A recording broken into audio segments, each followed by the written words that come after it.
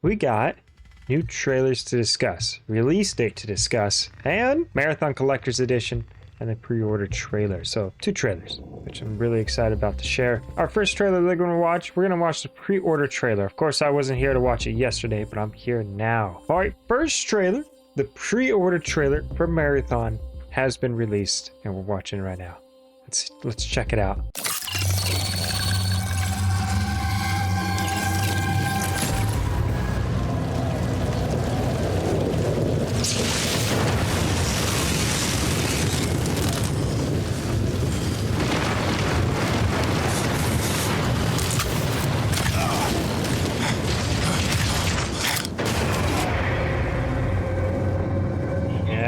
Our city is dying. Poisoned. Its secrets.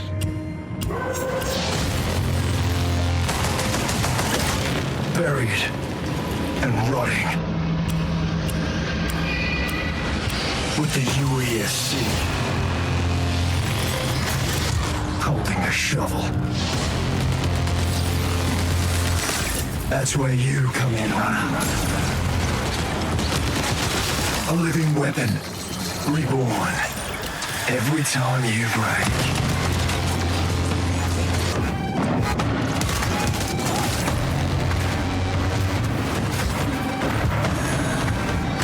The truth is in your hands. Survive or die.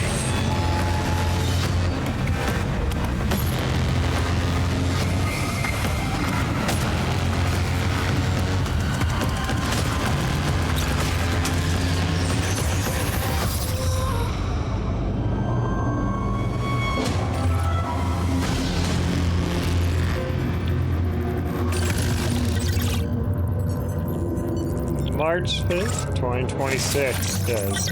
March 5th, 2026. Oh, damn, look at that collector's edition. Wait.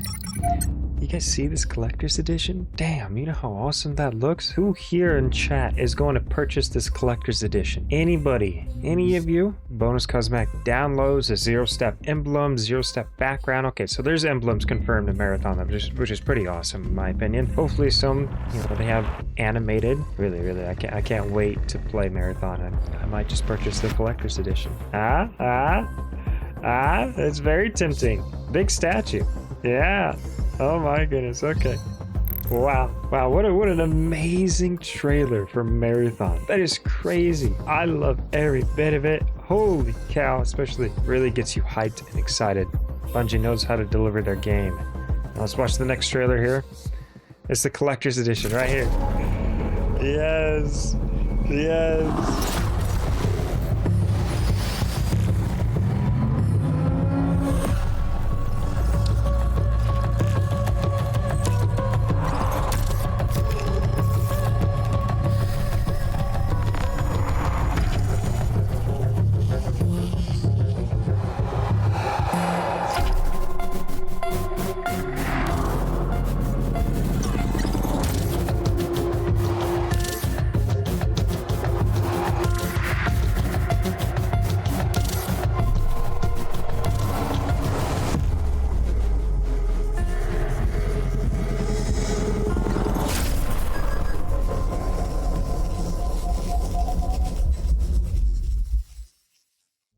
Looks badass. Not gonna lie, that looks like, wow. I mean, look at the statue. Does that not make you want to purchase it? Sit it on a shelf in your room? That's awesome. Oh my goodness, I love that.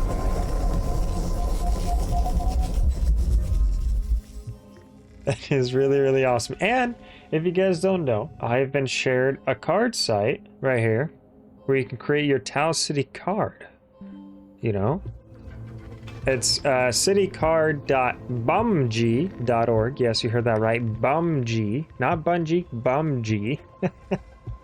But it's pretty cool because you can actually create your own runner card. You can edit the name here.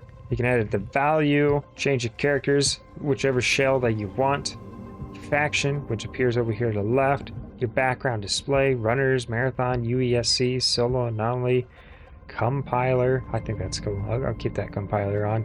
You can do AI uplink. Now for me, I'm mainly going to be running Triage when Marathon releases. I'm not going to be using any other kind of shell. I will main the medic. That will be my #1 shell that I have. And the operation areas you can select as the background, which I think is really, really cool. Really cool. Let's see here. Let's see if I can change. I can change that. Oh, yes, that's right. The LMG, or you're not LMG, but the weapon be displayed here on the left. Whichever weapon you're going to run, whether that be the Burt SMG, Tactical Sidearm, Highline PR, Assault Rifle, Overrun AR, and much more. For me, I love to run the Repeater. Repeater is my weapon. Powerful weapon. Very powerful. Now I can enter my name, Brill, and there I am. There we go. Oh yeah, what do you say about that? Oh. And just like that, you can go ahead and export it, and then it's right here.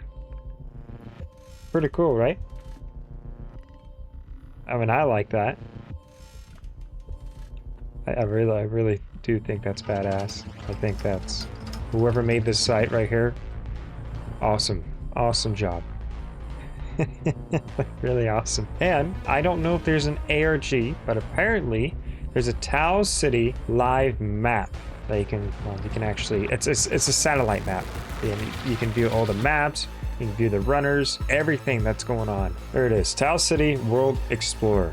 Oh my god. This is like an ARG puzzle. Maybe you solve it, maybe not, but of course you got the perimeter, Dire Marsh, outpost, perimeter on our right. If you click on a map, it zooms you in, and you can basically move around the whole entire map. You can scout it, see where you want to go. These are displayed as crews. You know, you got UAC troops, which is kind of cool. And then you have geometric graffiti. You have art all over the place. Now, if you guys don't remember the ARG that happened in April of 2025, I think. That was pretty exciting. I stayed up hours and hours and hours trying to figure that out.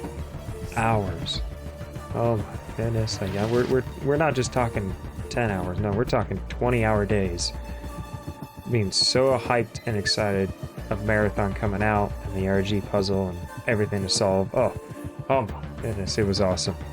It was awesome. Anyways, yes. So it's pretty cool how you can explore the maps with this Tau City world map. I mean, I didn't think that was even possible, but here we are. Bungie has continuously blown us away. I really do think that's impressive. Really, really do. Okay, let's check out Dire Marsh.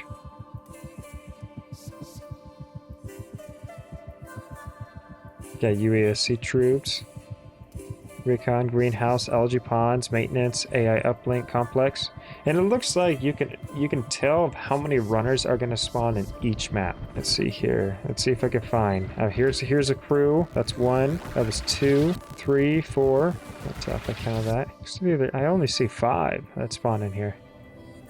There could probably only be a maximum of 5 people. But let's continue on the map. Let's see. I mean, there's nothing really too special to figure out besides if you go around and you can click on UAC troops. You can click on sub-regions, like these little icons on the map that pop up a picture. Kind of, do you remember the time where it had like the security footage and you had to figure out the password? So maybe this could be it.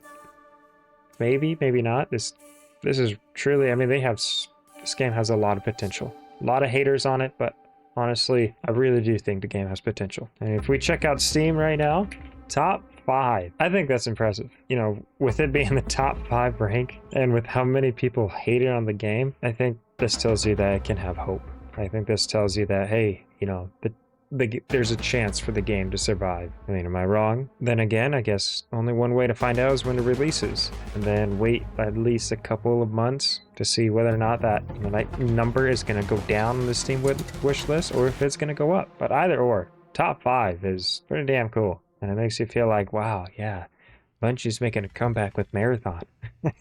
So I can't wait. I'm really, really excited. All right, now let's check out here. I want to check out one more Outpost. Now, if you guys don't know about Outpost, Outpost was a new map added to Marathon. This was not in the beta in April of 2024, but this is like a close range map. Think of it like an Arc Raiders and night modes. You know, you have that close range, or no, think of it like Stella Montes. High tier loot, dangerous, a lot of enemies nearby, and chances are high to encounter other groups. Question is, are you going to be friendly?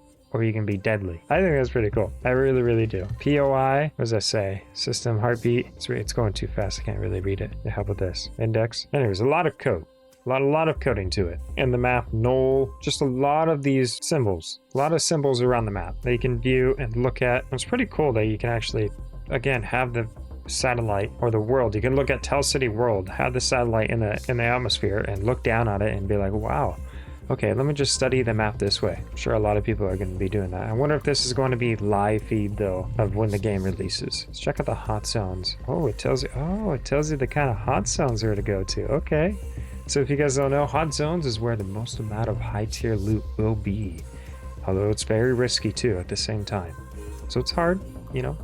You want to go there, you want to go to the hot zones, get some good loot, but beware because you're going to engage a lot of other players. All right, any kind of other hot zones in Dire Marsh? Complex, algae ponds, and AI uplink. Okay, how about perimeter? Okay, 2, hauler in this area. I have no idea what that area is. Just an area. Closest south of relay and overflow, but still. And you know, one thing I really do hope they bring in Marathon? I hope they bring a big event like in Arc Raiders, you know, just like the Queen and the Matriarch and the Emperor. I mean, they have to bring that in Marathon. Have to. Now, that would be very exciting if they would make something just as big, or, you know, like a live PvE event or PvP. Sometimes you can't trust players, other times you can. I love it. All right. So we got the Tell City World, the city card, which we created, and now we want to watch one more video, which is the Marathon Developer Insight, Runner Shells. So let's go and get that started.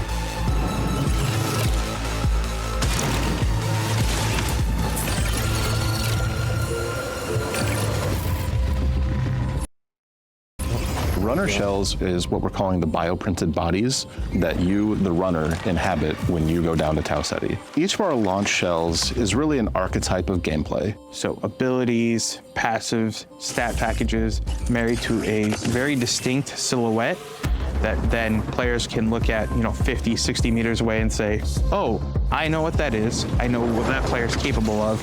And I can start to think about how to counteract it. One of the things we really want to do from the build crafting side is making sure that we're providing people ingredients instead of giving them a recipe. Figuring out what you want for your build that is unique, and you do that across cores, you do that across implants, you do that across weapon mods. Cores are powerful standalone perks that can be used in combination with each other to shift the gameplay style of your runner kit. We also want to make sure that there are interesting combinations of things that work together, but they have hooks that go out into the other systems, so you can create this like crazy Rube Goldberg machine. Depending on your playstyle, if you're like someone who hangs back and likes to snipe, you're someone who likes close quarters combat and you're going to rush in, you're going to want to cater the items that you're finding differently. The idea there is like, have a broad spectrum that everyone can kind of find a little bit of a home to, and then we're going to build on top of that.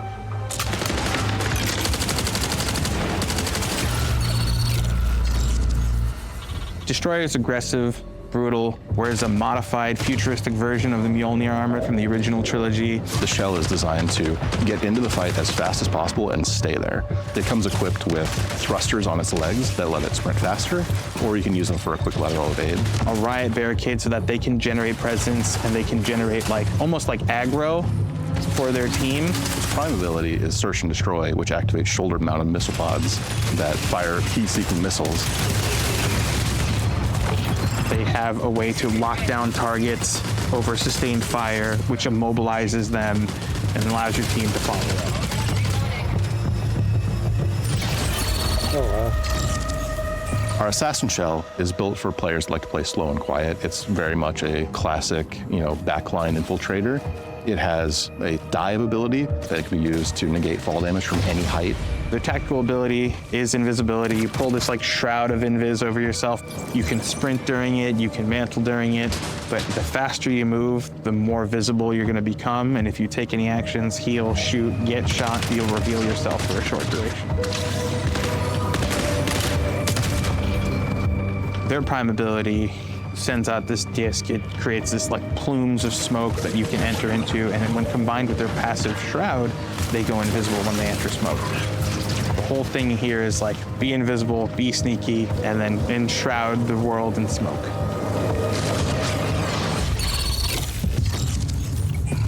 Originally, Recon was called internally Fun Police. That really is the core kind of fantasy. It's about hunting people down. It's about playing detective. If you want to find all the assassin shells on the map, Recon is the shell you want to use. It comes with a tracker drone that you can toss out a little spider friend that crawls along the ground and track towards enemies and explode. And that explosion overheats the target. They can't move, they can't sprint, they're taking tick damage, and they like help you lock down a target so you can pursue them. And for their prime, Recon has this really awesome helmet that splits open, and they tap in these cool key codes. It opens up and pulses, and it sends out this like wave that detects both AI and players and marks them for you. And when you break the shield of somebody as a Recon shell, they leave holographic footprints behind. So even if they run away, you can follow that trail and they'll lead right to them. And then finally, awareness, where if you get pinged, it'll actually tell you that someone like sees you. You won't know where, but you'll be able to be on high alert that somebody saw you and is marked you.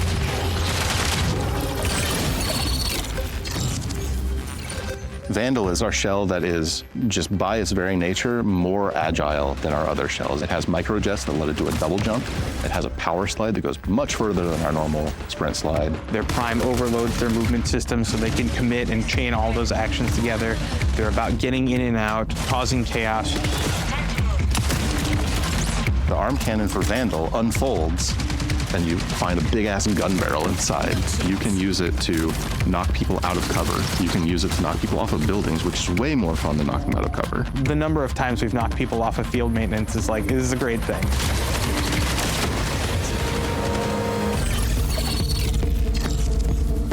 Marathon is a game that is all about finding the best stuff on the map. So we felt like we needed to have a shell that was sort of built for the loot goblin fantasy. That is Thief to a T. Thief's trade ability is X-ray visor, where you flip down your visor, you can see containers through walls, you can see enemies that are within line of sight. Their prime is a pickpocket drone, where they deploy this like elegant origami mechanicalized butterfly. It has like a mechanical whip that it can send out, and that knocks loot out of both players and AI, and then it can suck that loot back up with the same whip.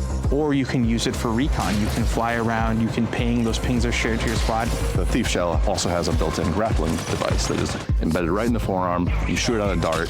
Mid-flight, it unfolds into this propeller that pulls you along, and you can swing away to safety. Wow. The recharge rate for their grapple and their base handling and stats will go up as you fill the backpack. So the idea is to become a loot goblin, right? Steal as much as you can and get out. Wow. The triage shell is our shell for support players. If you want to keep your allies kicking so they can kick back, we have triage for you. They're equipped with these awesome like capacitive gauntlets where you activate them and then you can overcharge them and send out these tendrils that then like shock you back to life. Their tactical ability, they actually have these giant drones attached to the legs and they pull them out, and it's a little buddy, he's got a little face, and you give him a high five and send him on his way, and he'll come and hover over your shoulder and provide you with shields and health. Triage is really a combat medic, so we knew we needed to give an ability that was useful for firefights. They've got two traits. The first one is a trait ability called Battery Overcharge, where they overcharge their capacitive gauntlets, which makes their weapons performance better. And if you're using battery weapons specifically, breaking shields will EMP targets, and that becomes an on-ramp to like a whole new layer of build crafting. And then they have the second trait, Shareware, which is really cool, which is any buddies that have medi drones on them, any consumable you use will get like copied to them. So you kind of almost are this like battle medic that's like constantly running triage on your team. Well, that's... Sometimes you just want to take a breather after a bunch of runs and just kind of go on a run to just see what happens. And Rook is really fun for that. Picking Rook automatically opts you into queuing in solo. You're able to enter into a match in progress, and you're given a starting kit. You're not allowed to bring anything in. That's almost to your advantage because you risk nothing, and anything you take out is yours to keep. Instead of focusing on like progression and questing and things of that sort, it's a mode where we make it easy for you to just kind of drop into a match that's in progress and run about and try to scavenge as much as possible and get out with it so that you can populate your vault a little bit more for future runs. Rook has a tactical ability that lets it blend in with UVSC forces. So you activate it, a little mask appears over your face, and you awesome. are not perceived by UVSC as hostile. This lets you kind of get in, grab a little bit of loot, and then bail. One of the things that I've really enjoyed about Rook is the added tension. Midway through a session, even though you've known like a few crews got taken out, or maybe you've taken out crews yourself, you don't know how many new players get injected through Rook. Ultimately, Rook is a morality test, so you have a couple of options when you see a Rook. Either you're a decent person and you drop them a piece of loot and let them be on their merry way, or you are a monster and you blast them in the face. And I'm not going to say which one I am. I blast a lot of Rooks.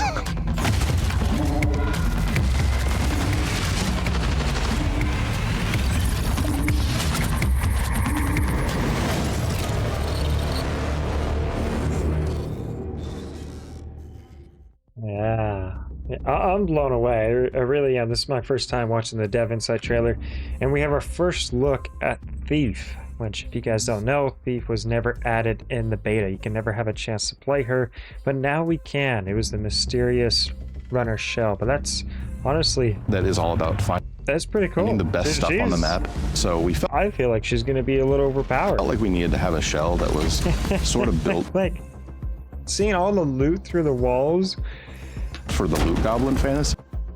That is Thief to a T. Like, Thief's trade ability is X-ray visor, where you flip down your visor, you can see containers through walls, you can see enemies that are with. I mean, especially enemies through walls. It's a little overpowered. I think that's going to be very, very Line of sight. overpowered. Their prime is pickpocket drone, where they deploy this like elegant origami mechanicalized butterfly. It has like a mechanical whip that it can send out, and that And this pickpocket thrown? Holy cow. knocks loot out of both players and AI, and then it can suck that loot back up with the same whip. Or you can use it for recon. You can fly around, you can ping, those pings are shared to your squad. The Thief shell also has a built-in grappling device that is embedded right in the forearm. You shoot out a dart. Mid-flight, it unfolds into this propeller that pulls you along, and you can swing away to safety. The recharge rate for their grapple and their base handle. Yeah, that's crazy. A grapple with it? That is absolutely craziness. Oh my goodness. Wow. And stats will go up as you fill the backpack. So the idea is to become a loot goblin, right? Steal as much as you can and get out.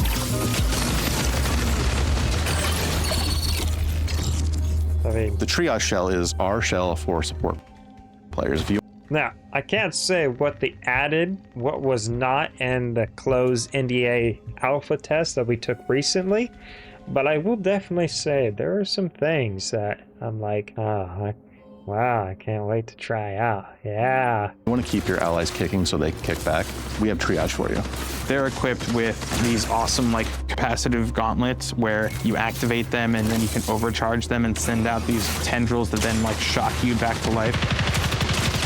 Their tactical ability, they actually have these giant drones attached to the legs and they pull them out, and it's a little buddy, he's got a little face, and you give him a high five and send him on his way. I mean, look at the smiley face in the drone. Look at that. I love that. I really do love that kind of detail they added. And he'll come and hover over your shoulder and provide you with shields and health. Triage is really a combat medic, so we knew we needed to give it an ability that was useful for firefights. They've got two traits. The first one is a trait ability called Battery Overcharge, where they overcharge their capacitive gauntlets, which makes their weapons performance better. And if you're using battery weapons specifically, breaking shields will EMP targets, and that becomes an on-ramp to like a whole new layer of build crafting. And then they have the second trait, Shareware, which is really cool, which is any buddies that have medi drones on them, any consumable you use will get like No, I think that's a great detail they added in. copied to them. So you kind of almost are this like battle medic that's like constant. It's basically copying what you did as a medic to this other person that has a drone on him. I think that's awesome. Running triage on your team.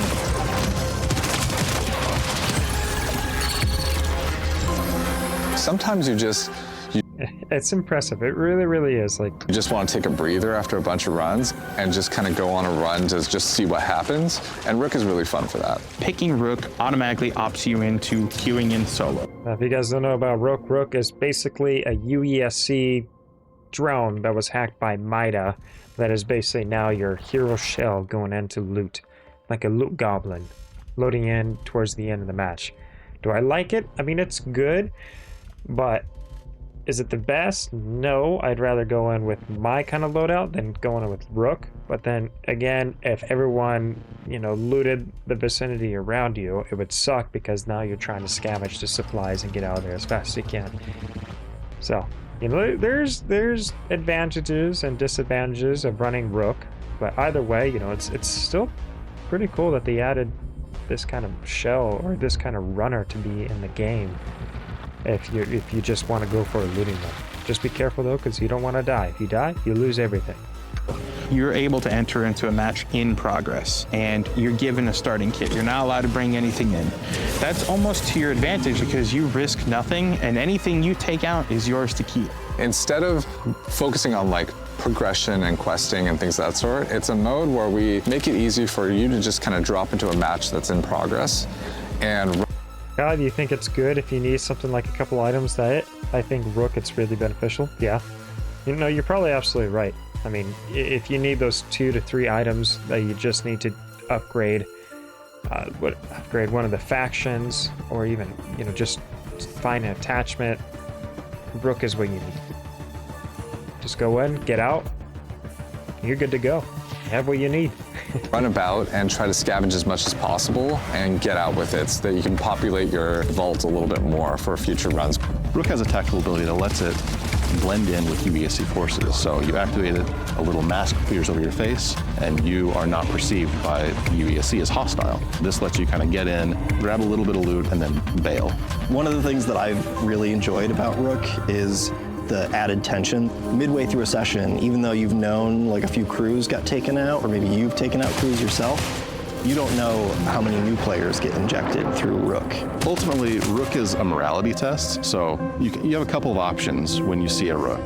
Either you're a decent person and you drop them a piece of loot and let them be on their merry way, or you are a monster and you blast them in the face. And I'm not going to say which one I am. I blasted a lot of Rooks.